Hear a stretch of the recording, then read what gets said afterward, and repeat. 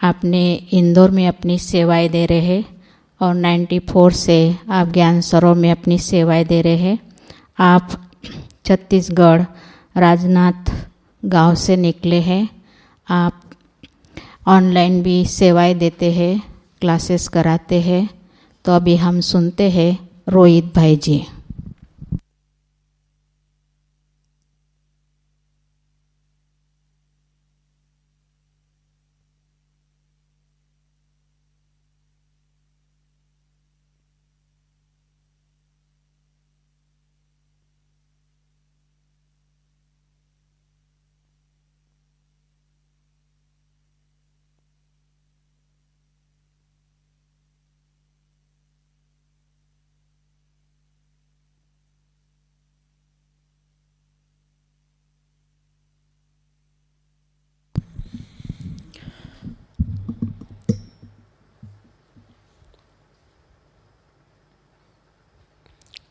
ओम शांति, ओम शांति। पीछे जो माताएं बैठी है थोड़ा आगे आ जाए तो अच्छा है, या पहली लाइन में भी आ सकते हैं। हम सभी बाबा के बच्चे मधुबन में सेवा के भिन्न भिन्न अलग अलग रूप देखते हैं। अब तक ज्ञान सरोवर में योग भट्टी का कार्यक्रम निरंतर चलता रहा। अब एक नया रूप हम सब देखेंगे। प्यारे बाप दादा का सीजन प्रारंभ हो रहा है और हम सब के बीच विदेश के भाई बहनें आना शुरू हो जाएगा। जो सेवाधारी पुराने हैं वो तो जानते हैं यहाँ किस तरह की सेवाएं चलती है, लेकिन जो नए हैं उन्हें भी पता रहना चाहिए मधुबन में कैसे कैसे बाबा सेवा कराता है। सर्वप्रथम आज बाबा की मुरली से कुछ बातें बताएं सभी। क्या बोला बाबा ने? हाँ, बाप का परिचय देना है, सबको सुखी बनाना है। और भी कुछ? और क्या बोला बाबा ने? व्यर्थ से बचना है। ठीक है भाई लोग, आत्माभिमानी बनना है। देह भान में आने से क्या होगा? विकर्म होगा। अगर हम देह भान में रहते हैं तो विकर्म होता है। दूसरा बाबा ने आज बोला, कभी ये नहीं कहना है कि शिव बाबा से मेरा डायरेक्ट कनेक्शन है ना। कई बच्चे कहते हैं कि हमारा तो शिव बाबा से कनेक्शन है, दीदियों से क्या करना, ब्रह्मा बाबा से क्या करना। शुरू शुरू में जब दादियों ने सेवा प्रारंभ किया तो ब्रह्मा बाबा के ऊपर सबको निश्चय नहीं होता था। शिव बाबा तो ठीक है भाई, परम ज्योति महाज्योति, लेकिन ब्रह्मा बाबा के ऊपर लोगों को बहुत क्वेश्चन उठता था, ये कैसे बिठा दिए? क्योंकि ब्रह्मा वो तो दाढ़ी वाले, सफ़ेद बाल, चार मुख, ये सब दिखाते हैं ना। तो एक बार हम कानपुर गए थे भाई जी के साथ, तो वहाँ एक दीदी है, दुलारी दीदी। तो दुलारी दीदी ने कहा कि एक भाई बहुत जिद करता था, ये सब ज्ञान ठीक है लेकिन ब्रह्मा बाबा को हटा दो। हे ब्रह्मा बाबा जो ठीक नहीं है आप लोग बिठा रखे हो। तो दादियाँ तो बहुत उस समय मजबूत से चलते थे ना, तो वो दुलारी दीदी ने बोला ऐसा करो आपको बिठा देते हैं। क्या बोला? आपको बिठा दे, आप बन जाओ ब्रह्मा। तो वो चुप हो गया। फिर इस तरह से कईयों के जो मन में प्रश्न उठता है उसका अच्छा जवाब लोग दिया करते थे। और क्या बोला बाबा ने आज? जी, स्वदर्शन चक्र फिराना है। ये बहुत अच्छी याद बाबा ने बोला, निरंतर स्वदर्शन चक्र फिराते रहना है। अब कई लोग स्वदर्शन चक्र फिराते फिराते रिवर्स हो जाता है। अनादि स्वरूप में गए, आदि में आए, फिर अपना घर बार याद आ गया, फिर कहेंगे अरे मैं तो स्वदर्शन चक्र फिरा रहा था। फिर वापस चले जाएंगे। तो आज बाबा ने कहा सुदर्शन चक्र फिर आते रहना है। इसके अलावा हाँ जी, सदा हर्षित रहना है। चेहरा कैसा होना चाहिए हमारा? सदा हर्षित। आज हम एक छोटा सा विषय के ऊपर चर्चा करेंगे। आज जो वरदान में था ना, प्राप्ति स्वरूप को याद रखेंगे तो हाँ, कमजोरियां समाप्त हो जाएगी। वरदान में स्लोगन था, है ना, ये बहुत अच्छा लगा आज का। अगर हम प्राप्तियों को याद रखेंगे तो कमजोरियां गायब हो जाएगी, समाप्त हो जाएगी। तो आज हम इस विषय के ऊपर थोड़ी चर्चा करेंगे। संगम युग में हमें क्या क्या प्राप्ति हुई है, क्या क्या मिला है संगम युग में? श्रेष्ठ संकल्प मिला, ज्ञान गुण शक्तियां मिली, स्वयं भगवान मिला है, शूद्र से ब्राह्मण बन गए। बहुत कुछ है, माताओं के पास इतना खजाना है लेकिन निकल नहीं रहा है वो। जी बहुत अच्छा। तो हम इसको 4-5 भागों में बांटेंगे।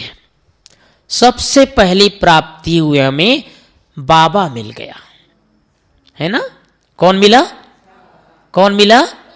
3 बार बोलो, मेरा बाबा, मीठा बाबा, प्यारा बाबा।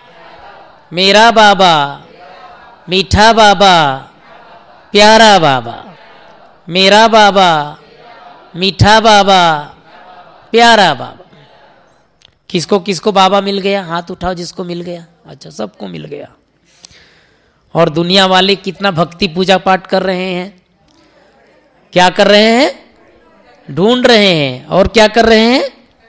व्रत कर रहे हैं, उपवास कर रहे हैं, आराधना कर रहे हैं, दान पुण्य कर रहे हैं, गंगा में जाके स्नान कर रहे हैं, है ना? किसको पाने के लिए? भगवान को पाने के लिए। और हम लोग स्वयं भगवान मिल गया। तो संगम युग की पहली प्राप्ति, हम सबको बाबा मिल गया। ये कम नशा नहीं, ये कम प्राप्ति नहीं है। हम जन्म जन्म भगवान को ढूंढे, भगवान को पुकारे, अब वो स्वयं आकर के मिल गया है।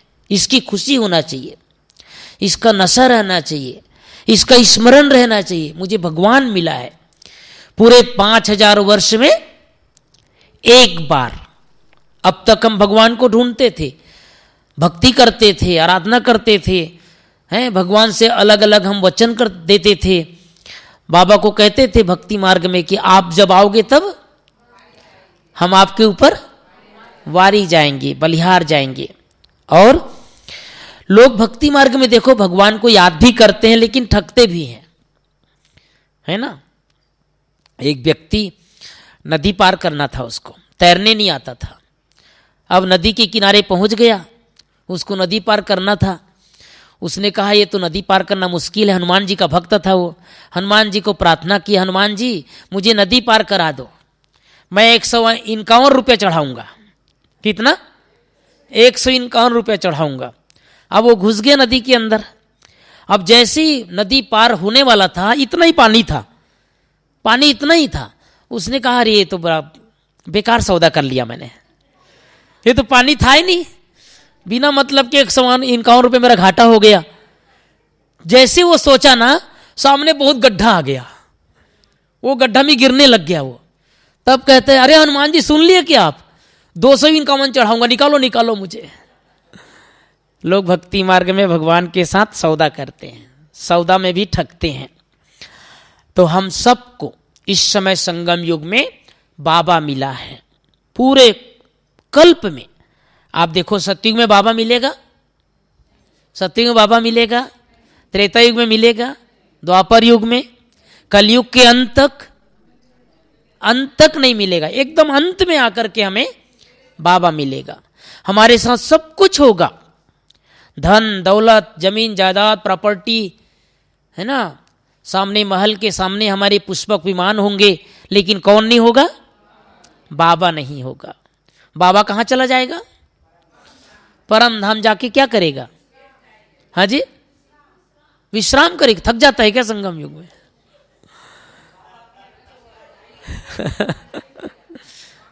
बाबा इतना निश्चिंत हो जाएगा, अब मेरे बच्चे इस सृष्टि को चलाने के योग्य बन गए। इतना निश्चिंत हो जाएगा। अब इस संसार को कौन चलाएगा? मेरे बच्चे चलाएंगे, हम बच्चे चलाएंगे, है ना।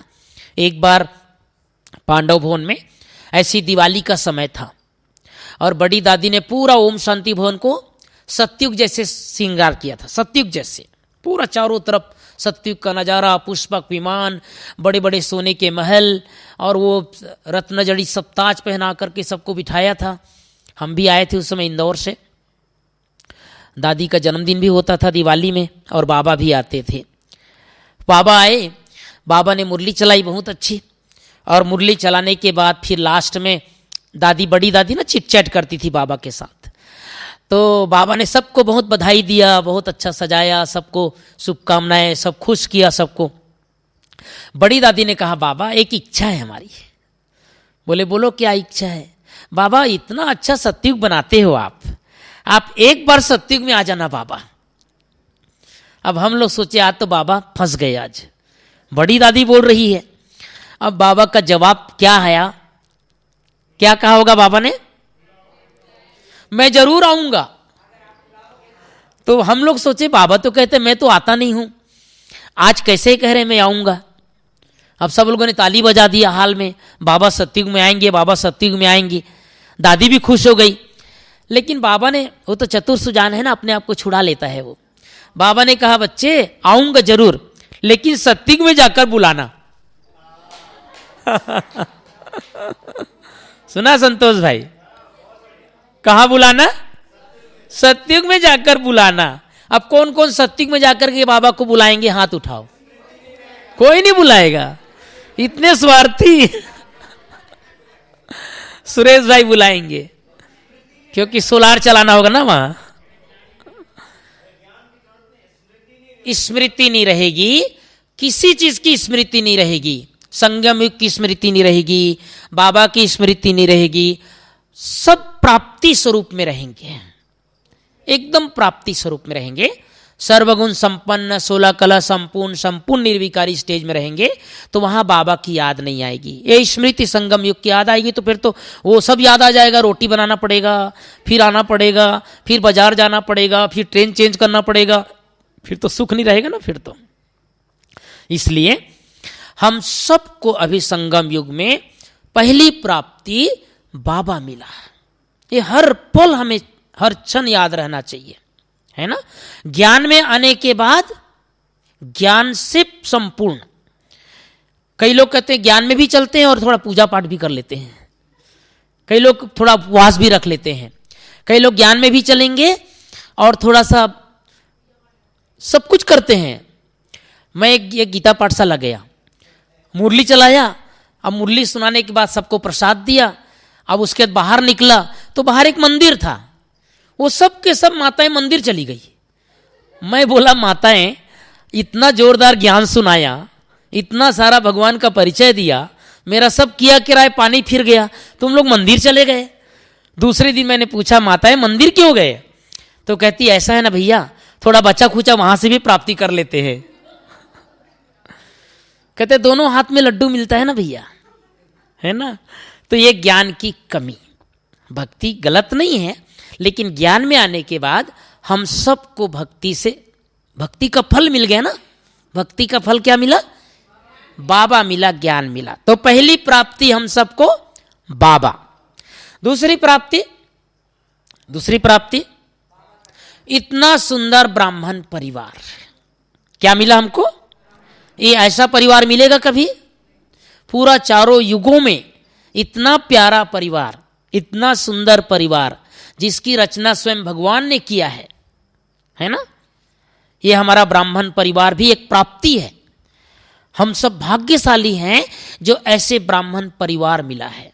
आप देखो इस परिवार की खूबसूरती देखो आप, है ना। बाबा घर में आते हैं, कहीं भी किसी, आप देखो कहीं ट्रेन में जा रहे हो, कहीं बस में जा रहे हो, कोई दीदी दिख गई तो क्या होता है, क्या होता है, खुशी होती है। भले आप उसको दीदी को नहीं जानते आप, लेकिन आप ट्रेन में जा रहे हो, दीदी दिख गई, कहीं बाबा का झंडा दिख गया, कितनी खुशी होती है। तो ये ब्राह्मण परिवार, अब इस ब्राह्मण परिवार में हम सबको एक दूसरे से क्या करना है, प्यार करना है, एक दूसरे का उमंग उत्साह दिलाना है। यहां बाबा ने कहा है कि ब्राह्मणों के पास माया कहां से आएगी, ब्राह्मणों से आएगी। अब कई माताएं, मैं माताओं की कहानी सुना देता हूं। कई माताएं 2 बजे उठ जाती है, कई 2:30 बजे उठ जाती है ना, और उसके बाद लाइट भी जला देंगे, बाथरूम में खटर पटर करेंगे, उसके बाद योग भी करने आ जाएंगे। योग करके जाके देखेंगे कोई सोया है तो सारा योग खत्म। कहेंगे देखा मैंने योग भी कर लिया, मैंने स्नान भी कर लिया, मैं तो वहां बाबा से मिलके भी आ गई, ये अभी तक सोई है। ऐसा होता है ना, ऐसा होता है। लेकिन हम सबको एक दूसरे के प्रति शुभ भावना, शुभकामना। आज के बाद, आज से करो, एक दूसरे को देख के बोलो आप बहुत अच्छे हैं, बोलो एक दूसरे को देख के बोलो आप बहुत अच्छे हैं। माता जी पीछे वाले को बोलो आप बहुत अच्छे हैं। हाँ संतोष भाई, ये सभी अच्छे हैं। आज से ये संकल्प कर लो, क्या करना है, क्या करना है, आप बहुत अच्छे हैं। देखो चेहरे में मुस्कान आ गई। हमारा चेहरे में उदासी क्यों आती है, जब हम सामने वाले की कमजोरियां देख लेते हैं, उसकी बुराई करने लग जाते हैं।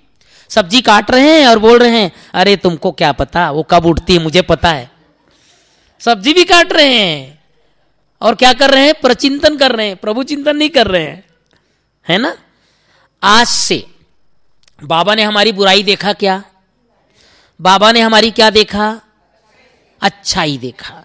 बाबा का घर कैसे चलता है, बाबा का घर कैसे चलता है, ब्राह्मण परिवार से चलता है। इसलिए मैं हमेशा ब्राह्मणों के लिए 5 स्वर्ग कहता हूं। 5 स्वर्ग याद रखना, ब्राह्मणों के लिए 5 स्वर्ग। पहला स्वर्ग बाबा का सेंटर। आप घर में योग करते हैं, सेंटर जाते हैं, कहां अच्छा लगता है, सेंटर अच्छा लगता है ना। दीदियां अच्छी लगती है, बाबा का कमरा अच्छा लगता है, बाबा का हाल अच्छा लगता है। तो पहला स्वर्ग हमारा सेंटर। दूसरा स्वर्ग मधुबन। हम सब का ओरिजिनल घर कहां है, मधुबन है। जब भी मधुबन आते हैं तो क्या होता है, खुशी होती है। मधुबन आने के पहले खुशी हो जाती है, जाना है जाना है जाना है, इस तारीख को जाना है ना। तो मधुबन आने की खुशी, मधुबन आते ही सब चिंता फिकर खत्म। यहां किसी पर की चिंता है, चाय बनाने की चिंता, खाना बनाने की चिंता, कोई चिंता नहीं। तो दूसरा स्वर्ग हमारा क्या हुआ, मधुबन। तीसरा स्वर्ग सूक्ष्म वतन। कभी भी अपनी मन की कुछ बात करनी है, एक दूसरे को नहीं बोलना चाहिए। कहां बोलो, सूक्ष्म वतन में। ब्रह्मा बाबा वहां बैठे हैं, मम्मा आती रहती है, हमारी दादियां आती रहती है सूक्ष्म वतन में, वहां सब सुना दो, कान में सुना दो, है ना। देखो मंदिर में आप लोगों ने शिव का पूजा किया होगा, शिव के मंदिर में जाते हैं, बाहर नंदी रहता है, अपनी बात को कहां सुनाते हैं, नंदी को सुनाते हैं, एक कान को बंद कर देते हैं, कोई सुनना नहीं चाहिए, है ना। तो हम भी अपनी कुछ भी बात हो कहां सुनाए, बाबा को सुनाए, ब्रह्मा बाबा को सुनाए, सूक्ष्मतन में सुनाए।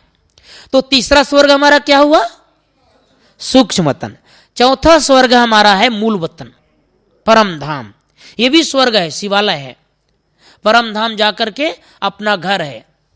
हम लोग का सब आत्मा का घर कहां है, ऐसे करो, ऐसे बोलो, मेरा घर परम धाम है, मेरा घर परम धाम है, मेरा घर परम धाम है।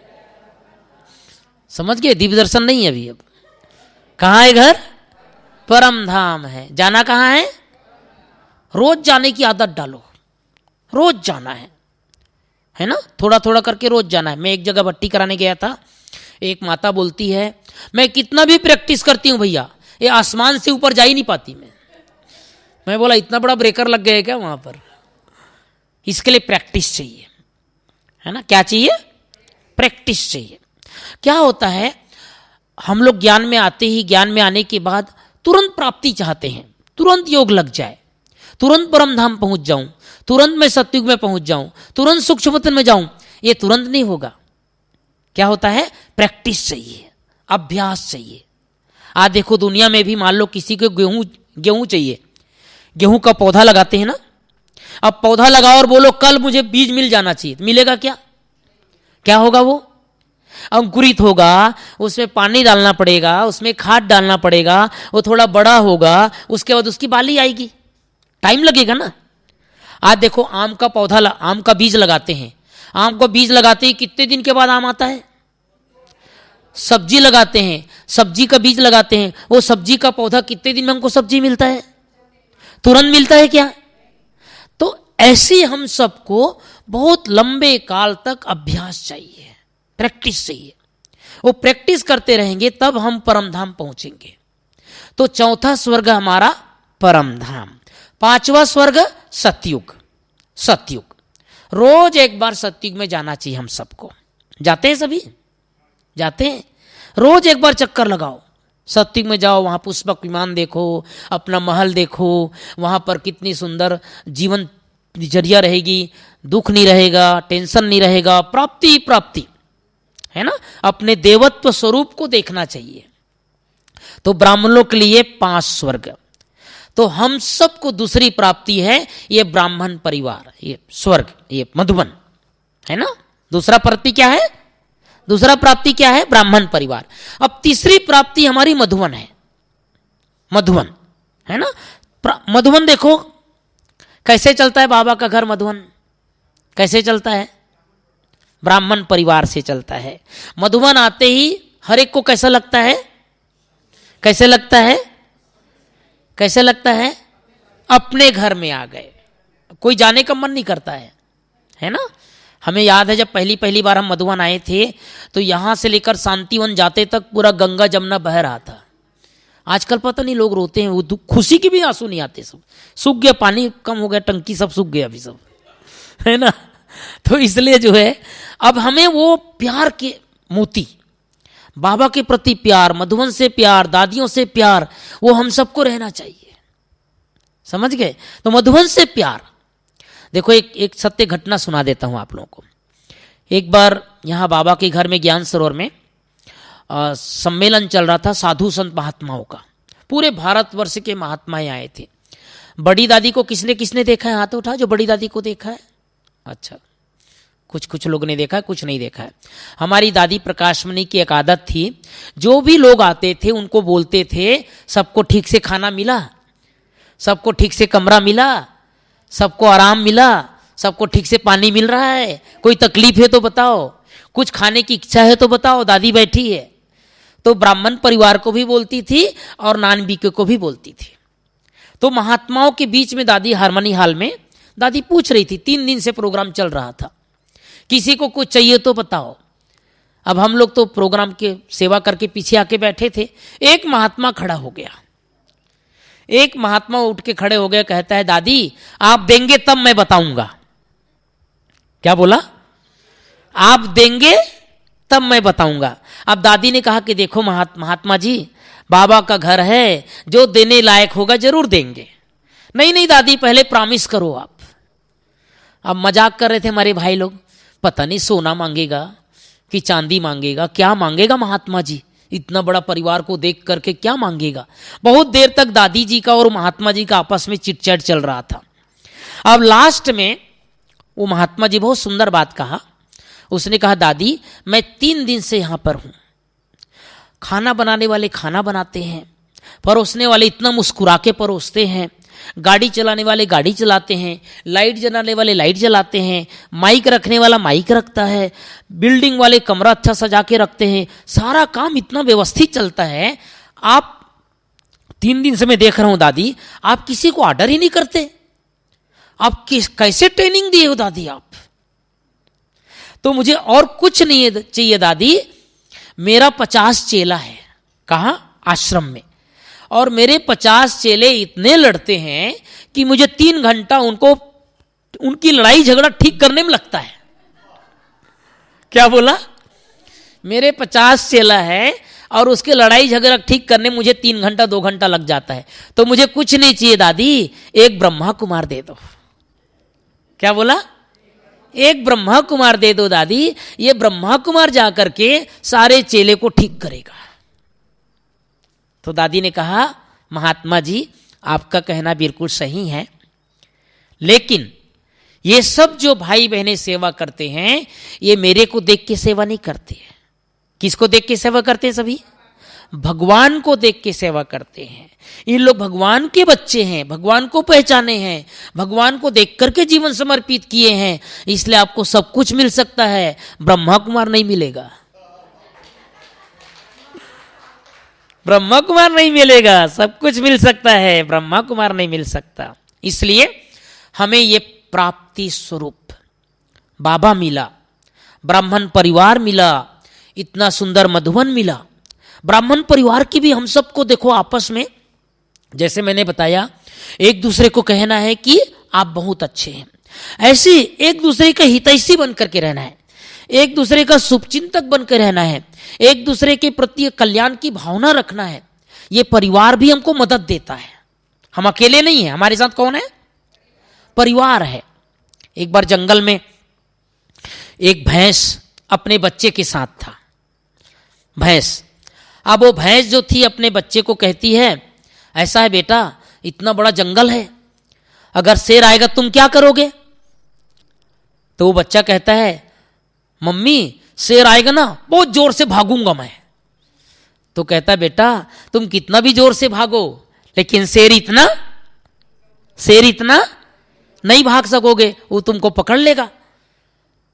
तो वो कहता है, ऐसा है ना मम्मी, मेरा सींग है ना, वो सींग से जोर जोर से हिलाऊंगा तो शेर डर के भाग जाएगा।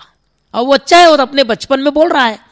तो वो उसकी माँ कहती है, वो भैंस कहती है, बेटा तुम्हारे सींग से भी शक्तिशाली होता है, वो बहुत शक्तिशाली होता है, तुम जितना भी सींग हिलाओगे ना तो भी तुमको वो तुम्हारे ऊपर आक्रमण कर देगा। फिर वो कहता है कि ऐसा है ना मम्मी, मैं अपने पूंछ से भी मारूंगा, पैर से भी मारूंगा, वो डर जाएगा। फिर वो कहती है, उसकी माँ कहती है, नहीं बेटा तुम्हारे पास इतनी शक्ति नहीं है कि तुम शेर से लड़ सको। फिर आखिर उदास होकर के कहता है, तो मैं तो अकेला रहूंगा, आप तो चली जाओगी छोड़ के मेरे को, मैं क्या करूंगा?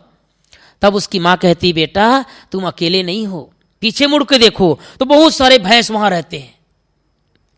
तब कहता है, तुम अकेले नहीं हो, तुम्हारे साथ पूरा इतना बड़ा परिवार है। हम सब भी जो माया के ऊपर विजय प्राप्त कर रहे हैं अकेले नहीं है, हमारे साथ कौन है?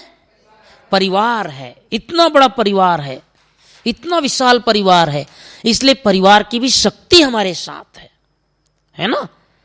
तो इसलिए दिखाया श्री कृष्ण गोवर्धन पर्वत को क्या किया, सबकी उंगली लगा, सबकी उंगली लगा, तब गोवर्धन पर्वत उठा। तो ऐसे ही हमारा ये सुंदर ब्राह्मण परिवार है। तो 3 प्राप्ति। चौथी प्राप्ति, सत्य ज्ञान मिला हम सबको। क्या मिला? सत्य ज्ञान। अब तक हमारे साथ क्या था? क्या था? जो भी साधु संतों का ज्ञान था, शास्त्रों का ज्ञान था, महात्माओं का ज्ञान था, उसी ज्ञान को हम सत्य समझते थे, लेकिन सत्य ज्ञान नहीं था। सत्य ज्ञान मिलता है सत्य पिता के द्वारा। सत्य पिता कौन है? शिव बाबा है। शिव बाबा आकर के सत्य ज्ञान देता है। तो ये ज्ञान बहुत बड़ा हमारा क्या है? धन है, खजाना है, बहुत बड़ा खजाना है। दुनिया में कहते हैं सब चीज का बंटवारा हो सकता है, लेकिन ज्ञान का बंटवारा नहीं हो सकता। हर एक आत्मा के पास इतना ज्ञान है, इतना ज्ञान है कि आज संसार की आत्माएं अंधकार में है, लेकिन बाबा के बच्चे सोझरे में हैं, प्रकाश में हैं। तो ज्ञान का चिंतन करते रहना चाहिए। क्या करना चाहिए? ज्ञान का चिंतन, ज्ञान का मनन, ज्ञान का स्मरण। इसलिए हम सबको ज्ञान मिलता है बाबा की मुरली से। कहां से मिलता है? बाबा की मुरली से ज्ञान मिलता है। इसलिए रोज मुरली सुननी है, रोज मुरली पढ़नी है और रोज ज्ञान का चिंतन करना है, एकांत का अभ्यास करना है। आज देखो हमारी दादियां जो है, आप लोग सुने होंगे ना, मम्मा 21 बार मुरली पढ़ती थी। कितने बार? 21 बार। हमारी बड़ी दादी 4 बार मुरली पढ़ती थी, 4 बार मुरली पढ़ती थी। कल उस दिन ब्रिज में अपने बताया ना मृत्युंजय भाई ने, रात को सोने से पहले सब भाई बहन सो गए, लेकिन रात को दादी 11:30 बजे मुरली पढ़ रही है। ट्रेन में एक साथ सफर कर रहे हैं, रात को 11 बजे 11:30 बजे मुरली पढ़ रही है। सुबह स्टेशन आने से पहले योग करके 5 बजे हाथ में मुरली, बड़ी दादी। तो दादियों ने, बड़ों ने, सब ने मुरली को बहुत महत्व दिया है। हम सबको भी बाबा का ज्ञान मिलता है, सत्य ज्ञान मिलता है बाबा की मुरली से। अब मुरली सुनते समय कैसे सुनना है? कैसे सुनना है? अलर्ट होकर के सुनना है। देखो दीदी आती है ना हमारी निर्मला दीदी, कई माताओं को बोलती है, ए माता अलर्ट होके बैठ, ऐसे बोलती है ना। लेकिन बाबा के बच्चे, देखो मैं शुरू की एक छोटी सी घटना सुना देता हूं। ब्राह्मणों के पास सब चीज का जवाब रहता है। आलस्य का भी जवाब है, अलबेलापन की जवाब है, नींद आएगा उसका भी जवाब है। मैं एकदम नया नया ज्ञान में आया था, एक सेंटर गया सेवा में, वहां एक भाई मुरली में रोज सोता था सामने बैठ करके। जैसे ही मीठे बच्चे शुरू होता था वो सो जाता था, और जैसे ही सीखे वो याद प्यार होता था उड़ जाता था। मैं 10 दिन तक देखा, बहुत पुराना भाई, हम नए नए थे। मैंने उस भाई से पूछा, भाई जी एक बात पूछूं, आप माफ करना मैं नया हूं, लेकिन मेरे मन में प्रश्न उठ रहा है, मैं 10-15 दिन से सेवा कर रहा हूं। बोले पूछो। मैंने कहा भाई जी आपको रोज मैं मुरली में देखता हूं, आप मुरली बैठ सुनते समय रोज सो जाते हो आप। तो कहा ऐसा है, देखो जवाब सुनिएगा आप, ऐसा है जब शिव जी कथा कर रहे थे ना तो पार्वती सो गई थी। तो मैंने कहा कौन है पार्वती? बोले मैं ही तो पार्वती हूं।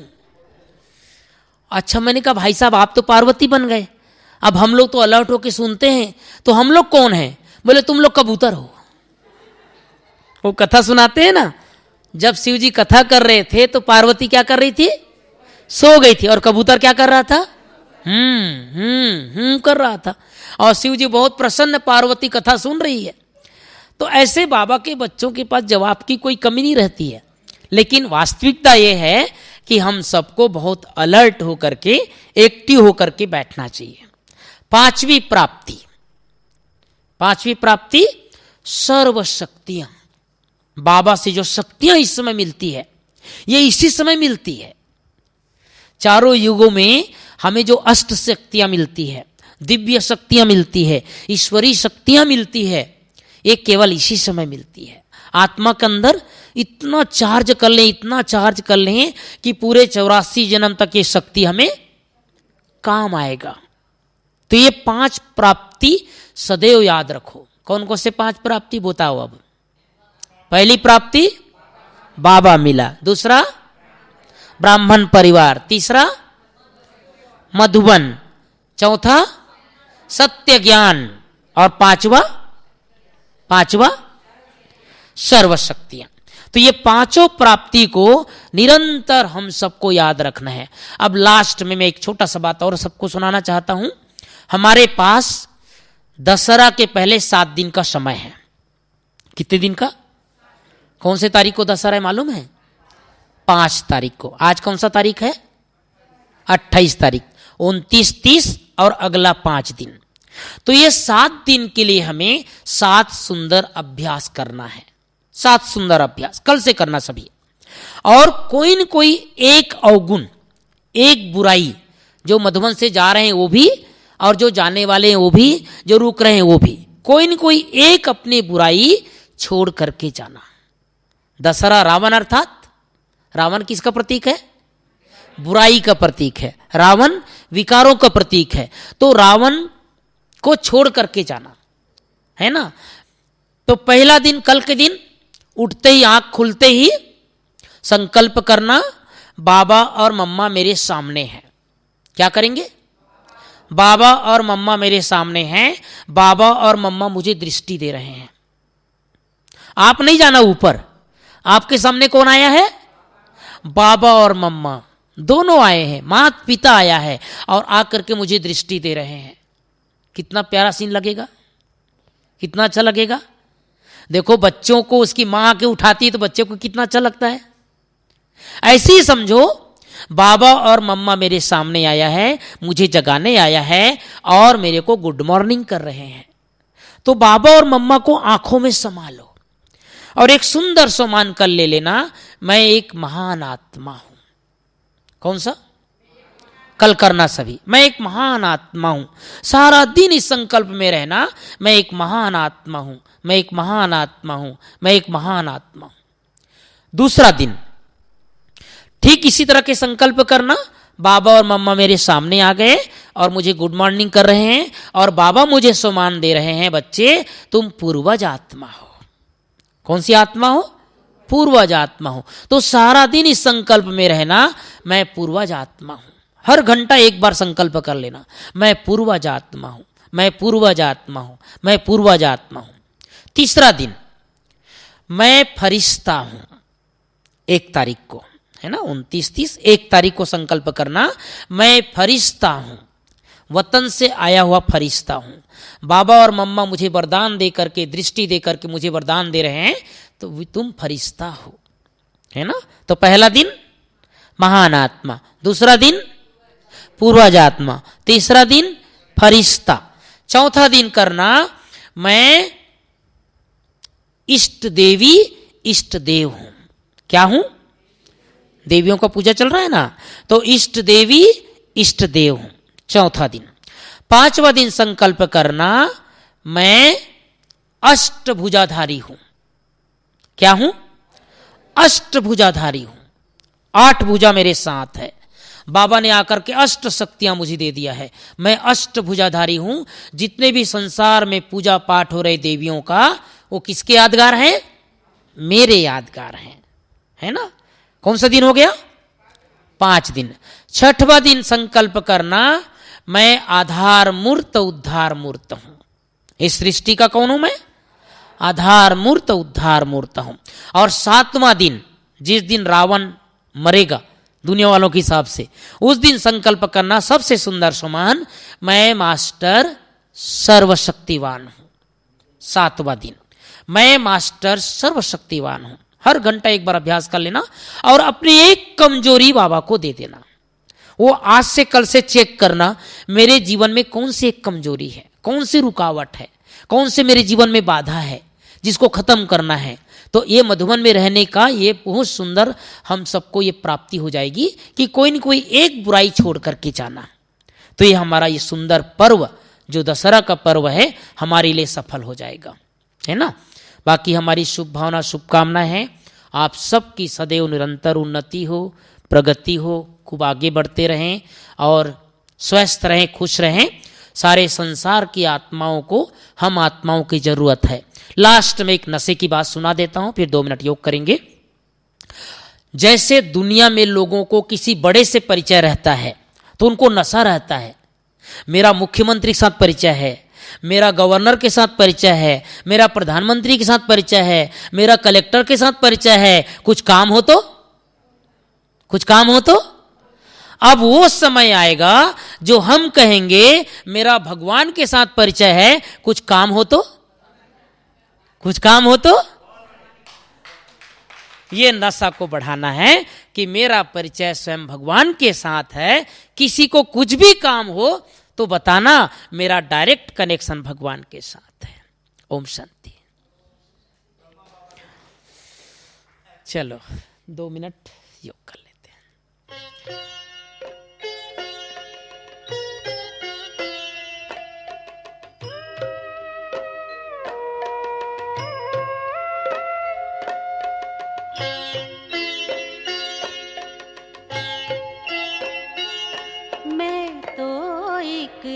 जगमग ज्योति हूँ, मैं तो एक जगमग ज्योति हूँ। मैं सीप नहीं हूँ, मोती हूँ। मैं सीप नहीं हूँ, मोती हूँ। मैं तो एक जगमग ज्योति हूँ। सजी